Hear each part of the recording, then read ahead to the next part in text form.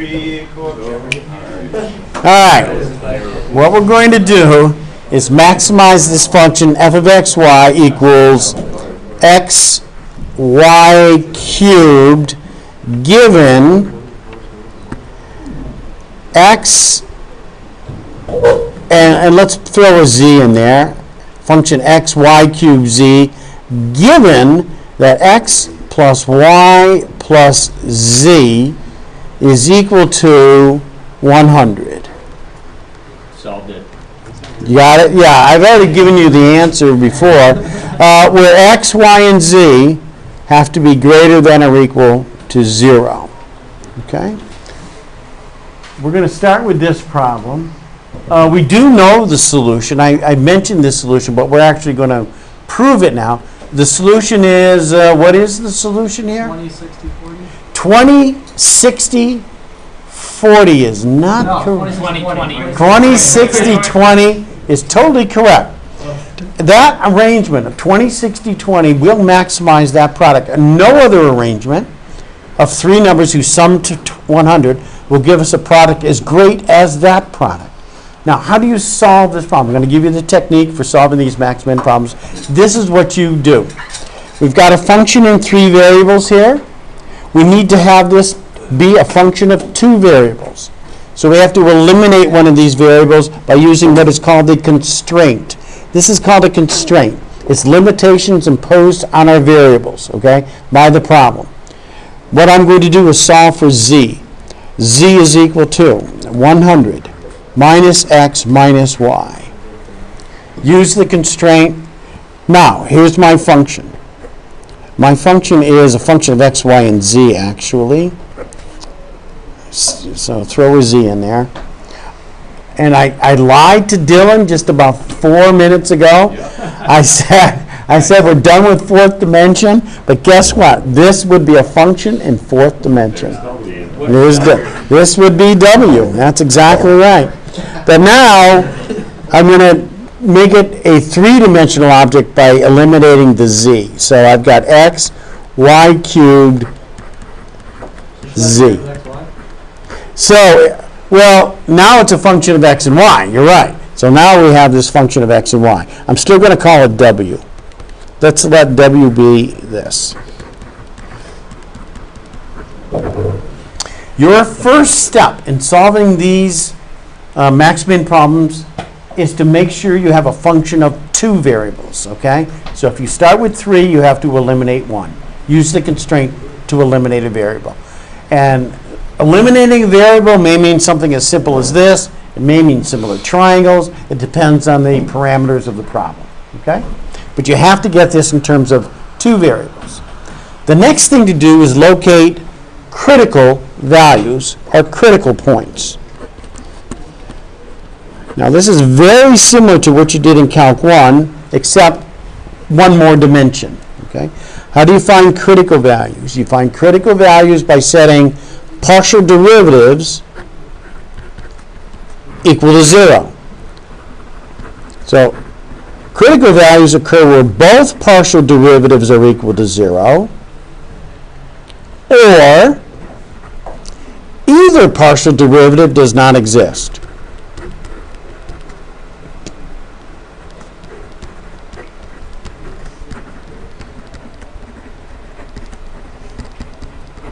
And it's very similar to what you did in Calc 1.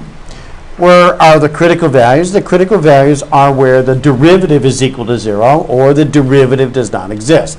So it's analogous to that, but it's with an added dimension. So we have to have both partials equal to 0 or either partial does not exist. Those are critical values.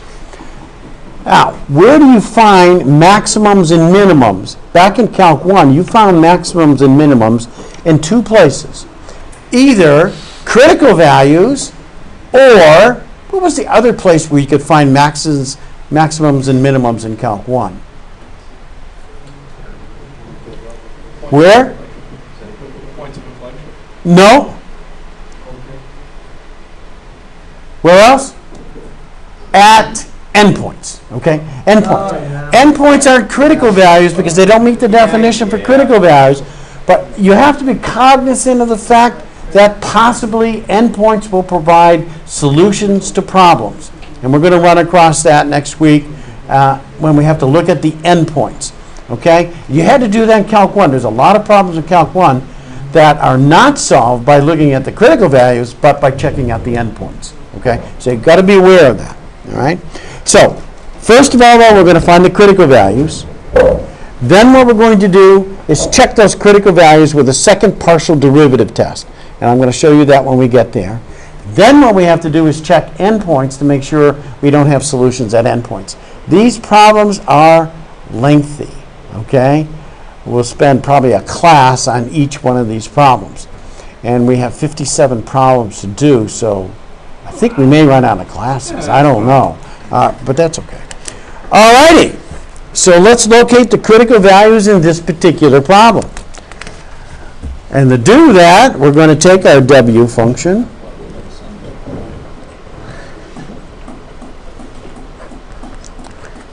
And we're going to take the partial derivatives, but I think what we're going to do first is to multiply it through. It's generally easier if you do it that way. Okay. And we'll find the partial with respect to x.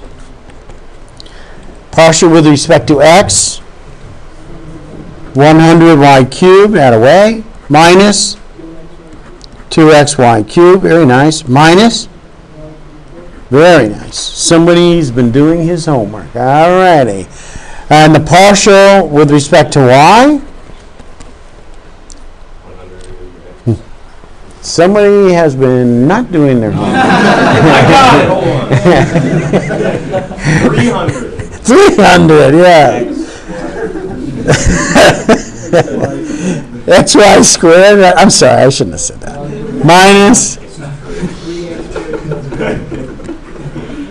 Minus. All right. Now, to find those critical values, set those partial derivatives equal to 0.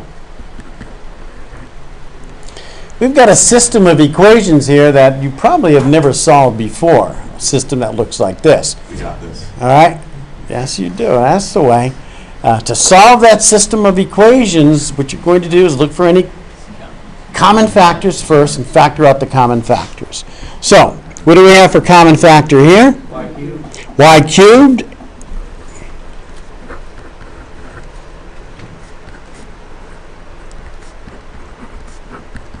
And here?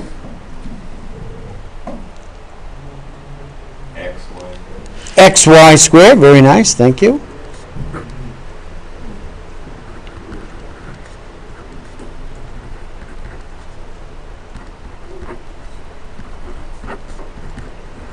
Okay.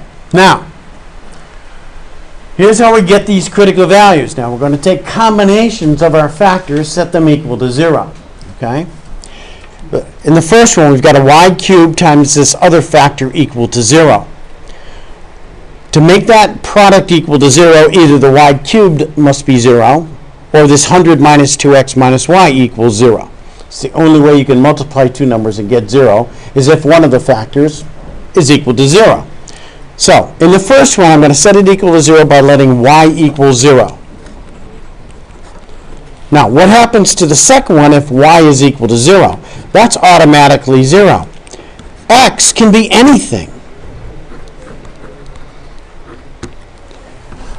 We have a whole infinite number of critical values here where y is 0 and x is anything at all. Any real number. Any real number, as long as it meets the constraints. And our constraints are, these are greater than or equal to 0. And we also know the other constraint is the fact that x plus y plus z is equal to 100.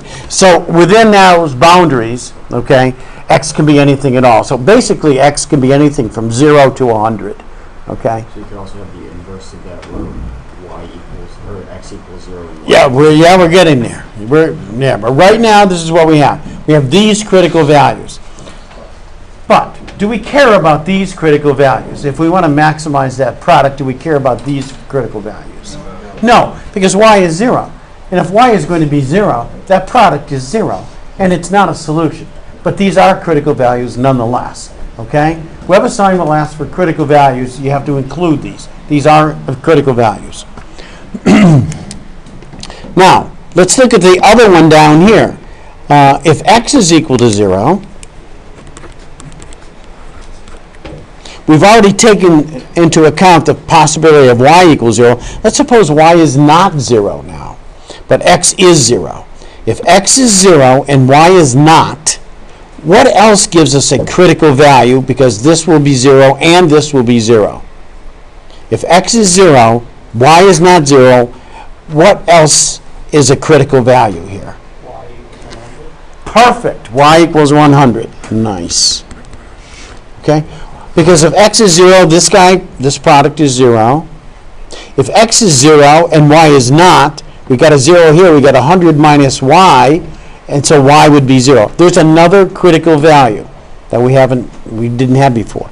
Do we care about this critical value? No, we don't even care about this guy either. Forget it. X is 0, because if x is going to be 0, the product is 0, not maximized. And we're looking to maximize that product of x, y, whatever I said, cubed times z.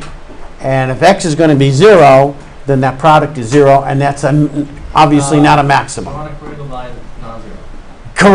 Correct. And that's what we're going to get by setting these two factors equal to 0. Here we go.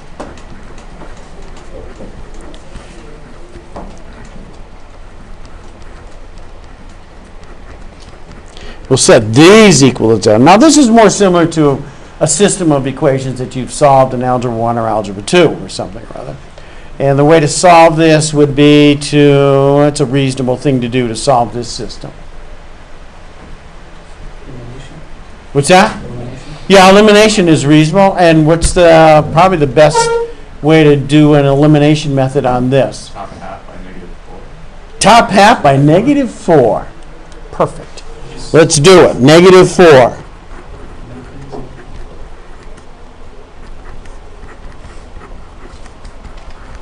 Okay? Multiply that top equation by -4. That will give us opposites on the y. Add them up.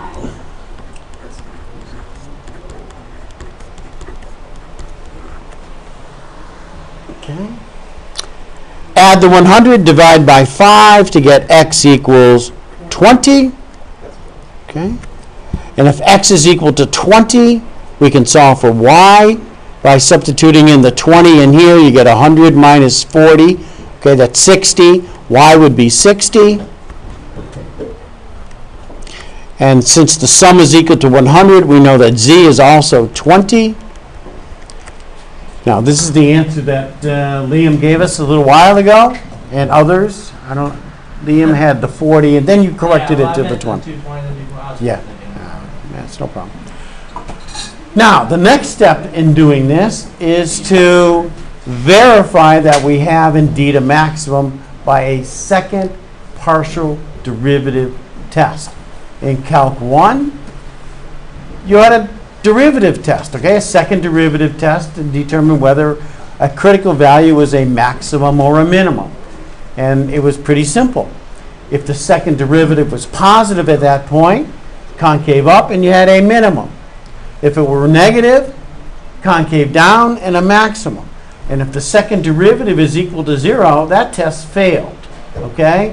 That didn't happen generally, but it's possible it could happen. In which case, you had to look at the graph and see what happened around that point, do something else, which you never do, okay?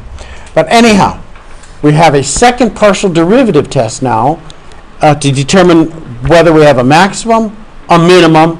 The test fails, or we have another alternative that you didn't have in Calc 1, a saddle point, okay? So let's do it. Here's the second partial derivative test.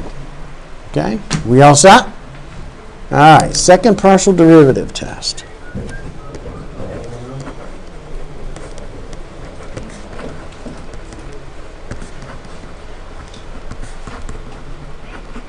Okay.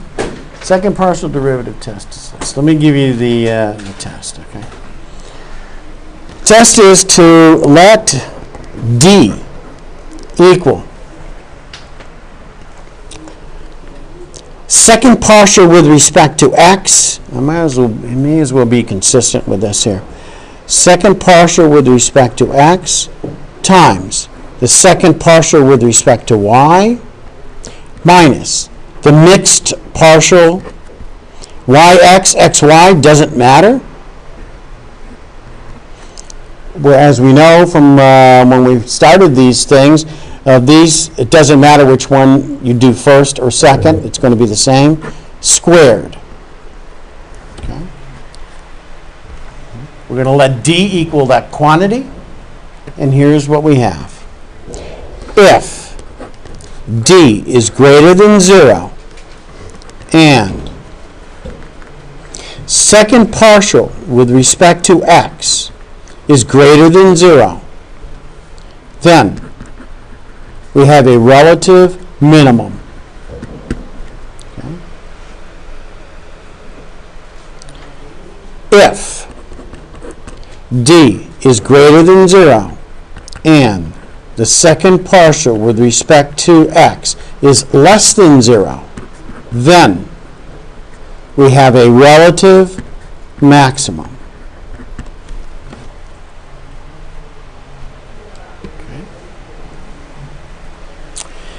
If d is less than 0, then we have a saddle point. And recall what we said about a saddle point. A saddle point is such that in one direction it's a minimum, in the other direction it's a maximum. Okay? That's what a saddle is. Minimum, maximum. That's a saddle point. That's not a solution to the problem of maximizing or minimizing anything. Okay? It's not a solution. If d equals 0, then test fails. And we don't want this test to fail because the result of test failing means you're supposed to look at the plot of the surface of the function to be maximized or minimized and determine from the plot, and we don't want to be doing that. Okay?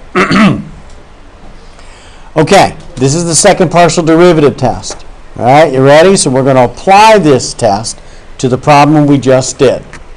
So let's do it. Here we go. Whoa, Burns. Whoa, what? I'm sorry. Oh, sorry. There's a bomb. What, Dave? Hey, don't say that. Yeah, I don't think you're allowed to say that. TSA is gonna like come out of nowhere and attack us. That's like one of the few times freedom of speech doesn't mean a damn thing. It means something Yeah, really bad. that's true. We need freedom of speech. Yeah. You're actually not allowed to greet your friend Jack in the airport. Oh, hi, yeah. Not by saying hi, anyways, yeah.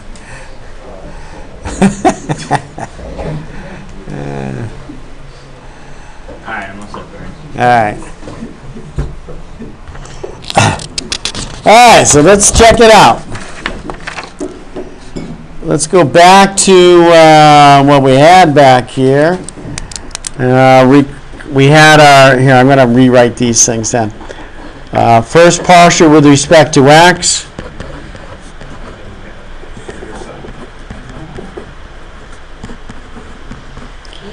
First partial with respect to y.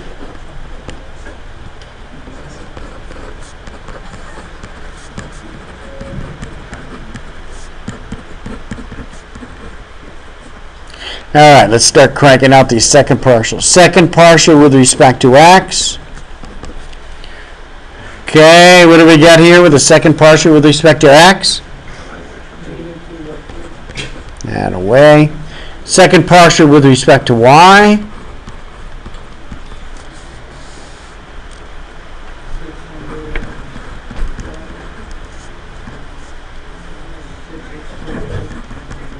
Oh boy, this is a zoo, huh?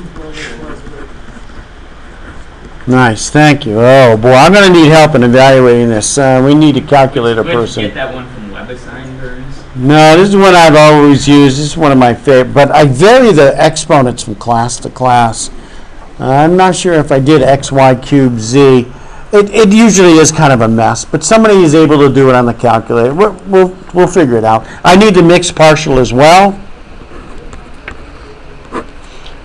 We could take xy, we could take yx, it doesn't matter. If this, in this notation, we're taking this partial now, finding its partial with respect to y to get 300y squared minus 6xy squared minus 4y cubed. Okay, that's the mixed partial. So you do x and then y with that notation. Yeah, with this notation, this means x then y. It doesn't matter which for this. It doesn't matter. Yeah, as long as we have a continuous function here, which we will always have, it doesn't matter the order. And you can check it out. If you take the y one and find its partial with respect to x, you get 300y squared. Take the partial here with respect to x, you're going to get a 6xy squared. And take this partial with respect to x to get a 4y cubed. So it doesn't matter. All right, next, we have to find d. d is equal to, kind of a pain in the neck, that's for sure.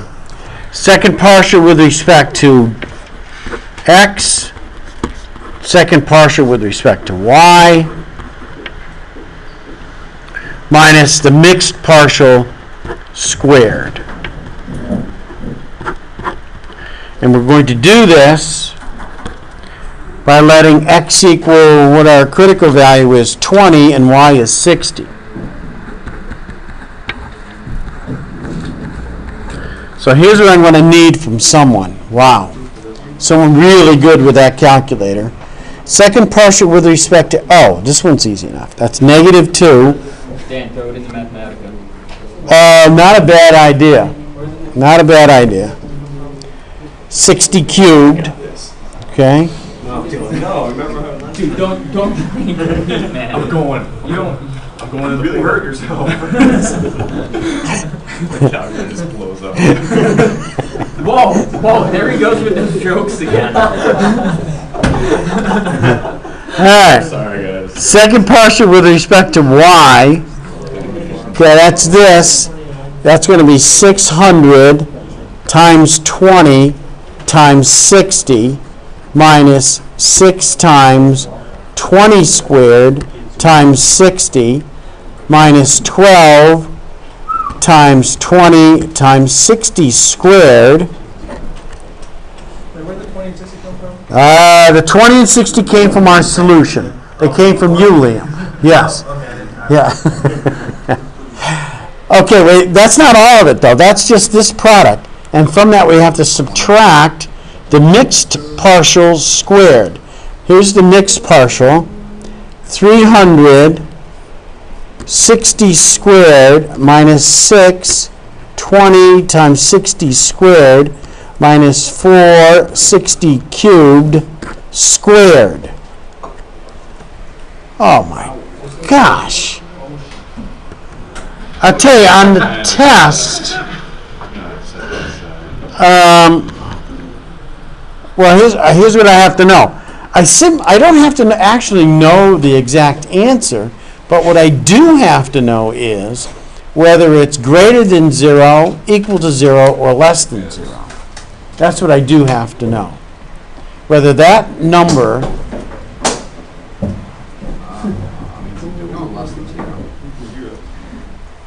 it better not be less than 0. Less than 0, we're hurting.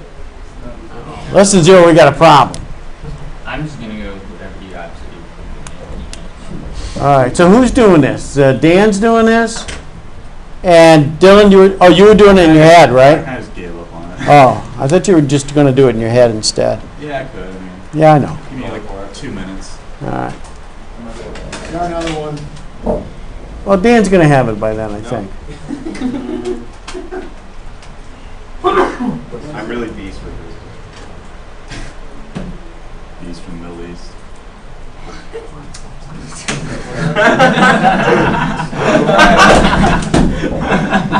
I'm sorry.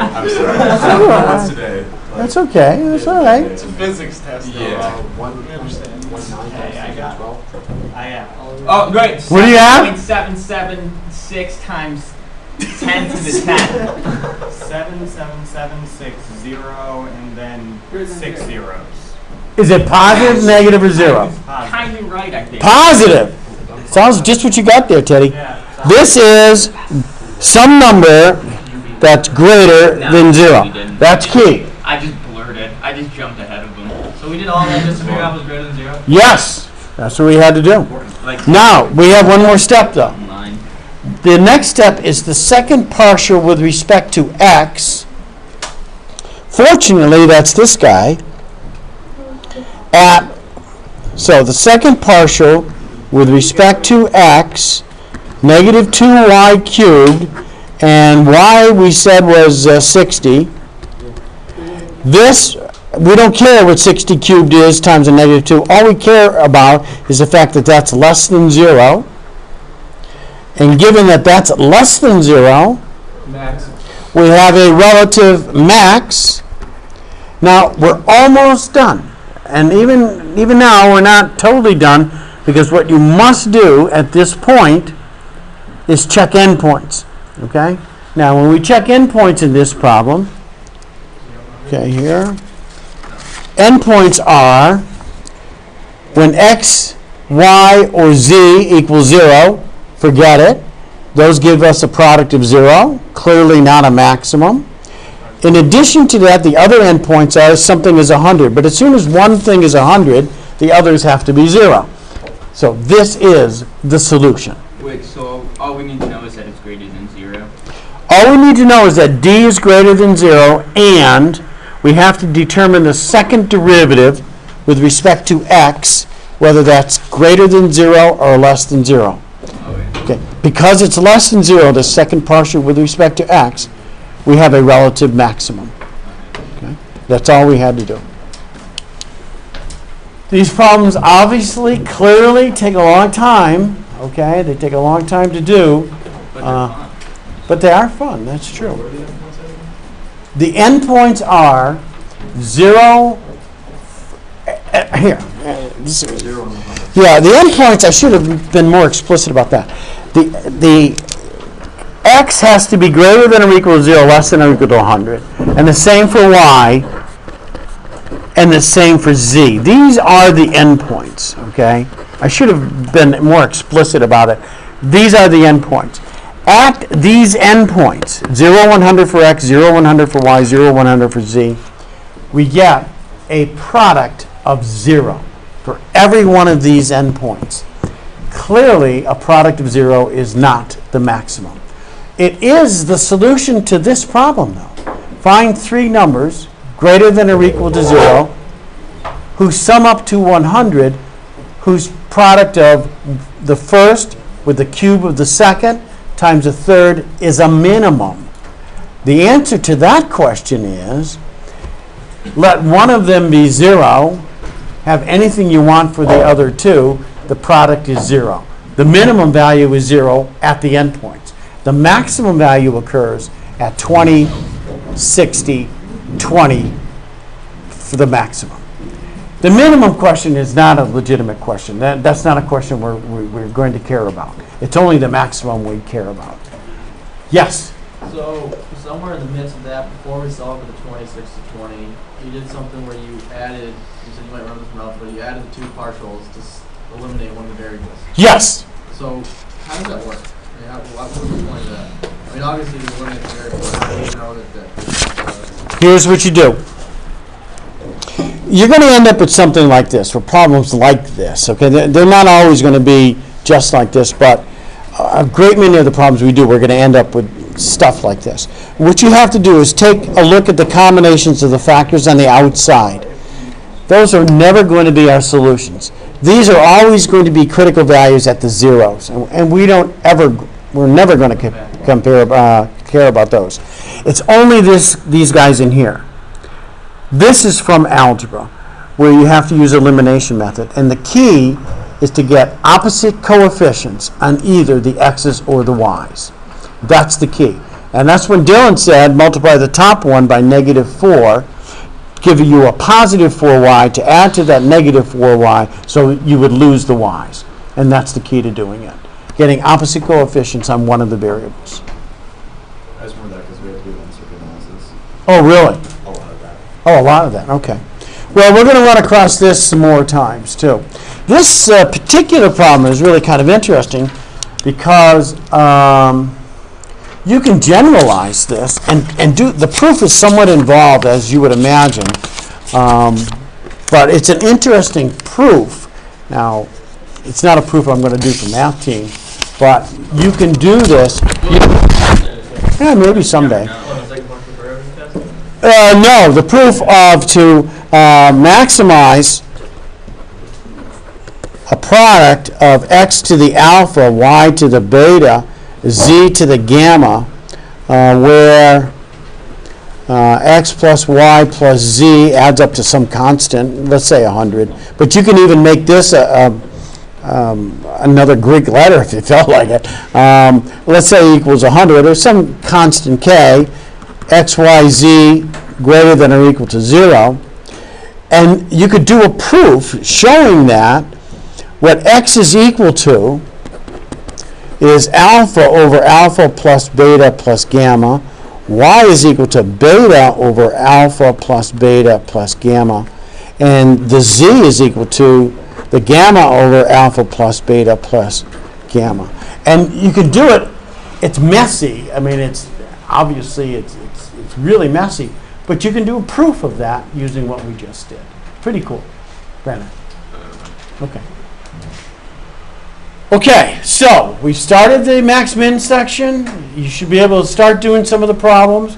What I'm going to be doing next week, each day I'm going to be doing a different one. We'll be doing, there's a whole bunch of these problems, all with a slightly different twist to them, and we'll be doing that next week.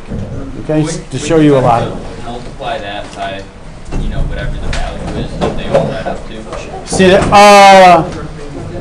Yeah, you do. These are the ratios, and you multiply by 100. Teddy's absolutely right.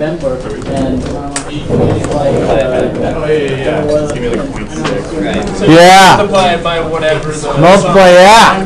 Teddy, right on, baby. Nice.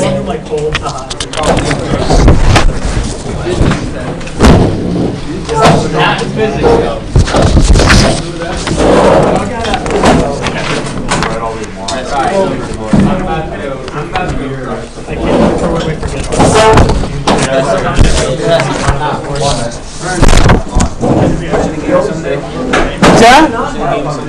Washington against Redskins? Am I seeing it? Oh, did I see the last one? Wait, what are you saying? I'm watching Sunday. I'm going to move on. They're what? 2 touchdown favorites? It should be a crush, right? I don't even know. Who's quarterbacking for the Redskins? Did you say you're welcome? Watch this now. All right. I'll watch it, though. I'm watching the basketball. Oh, who's your team basketball? Celtics? Yeah. How are they looking this year? No, huh? It's annoying. It's not bad. It's just annoying.